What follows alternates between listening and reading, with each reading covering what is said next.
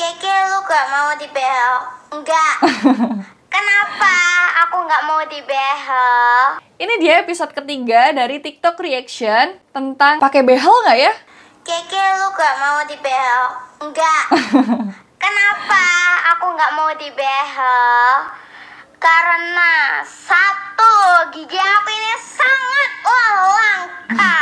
Siap. Kedua, dibilangin orang itu takut sama jarum suntik. Aku juga takut sama darah. Kalian kenapa sih? Orang jelas-jelas gigiku ini langka loh. Malah aku seneng punya gigi selangka ini. Siap, Ke. Kenapa sih kalian seperti itu? Seakan-akan kayak iri. Hilang sahabat. Plot twist. Oke, tadi Keke nyebutin salah satu alasan Keke nggak mau pakai behel itu karena Keke takut jarum suntik. Nah, disuntiknya itu ketika prosedur penunjang untuk perawatan behel, yang mana kasus Keke ini bisa dibilang karena giginya itu berdesakan, kemungkinan besar lengkung rahangnya itu tidak mencukupi untuk menampung semua gigi-giginya.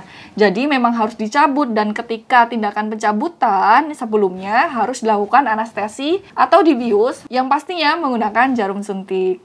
Kalau misalnya teman-teman ada yang tanya, sebenarnya kalau misalnya kita mau pakai behel itu harus ada gigi yang dicabut nggak sih? Nah, itu tergantung teman-teman, tergantung dari analisis dokter gigi yang merawat teman-teman. Apakah ternyata gigi teman-teman itu cukup ruang, atau kelebihan ruang, atau kekurangan ruang. Nah, kalau misalnya ternyata kondisi gigi teman-teman itu kekurangan ruang, lengkung rahangnya itu nggak cukup menampung semua gigi, ya harus dicabut. Untuk jumlahnya itu tergantung kembali lagi tadi dari analisis dokter gigi yang merawat teman-teman.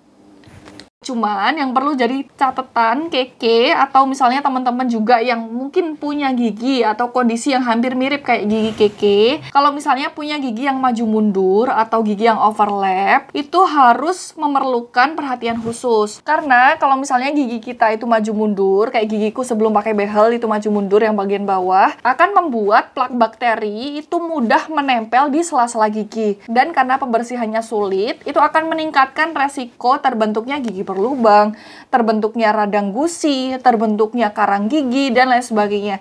Jadi, buat Keke dan teman-teman yang punya kondisi yang sama atau maju mundur, teman-teman bisa banget buat gunain benang gigi kayak gini.